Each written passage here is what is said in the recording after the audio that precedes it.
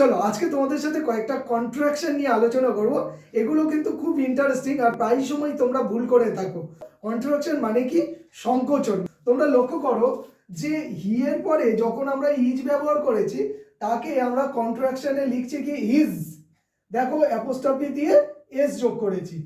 একইভাবে দেখো she has বসিয়েছি, কিন্তু এখানে হ্যাজটা না বসিয়ে সেখানেও দেখো এস যোগ করা হয়েছে। অর্থাৎ তোমরা লক্ষ্য করো ইজ বসুক বা হ্যাজ বসুক দুজনের ক্ষেত্রেই কিন্তু অ্যাপোস্ট্রফির পরে এস যোগ হবে। আর উচ্চারণটা হবে এখানে হিজ সিজ, এটা তালবেশ উচ্চারণ হচ্ছে।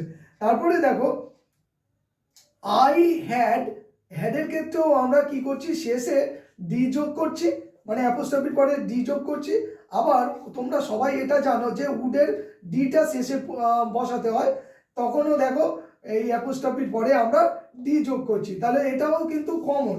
তাহলে দেখো এটার ক্ষেত্রে কি ইজ আর হ্যাজের ক্ষেত্রে এস এস যোগ হচ্ছে, আর হ্যাড আর হচ্ছে উডের ক্ষেত্রে আমরা ডি ডি যোগ করছি অ্যাপোস্ট্রফির পরে।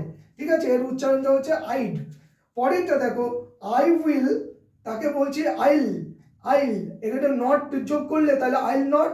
এর ক্ষেত্রে একটা মজার দেখো বিষয় কি না, আইল নটটাকে আমরা আই ওয়ান্ট বলি, মানে WONTও ব্যবহার করি, আই ওয়ান্ট।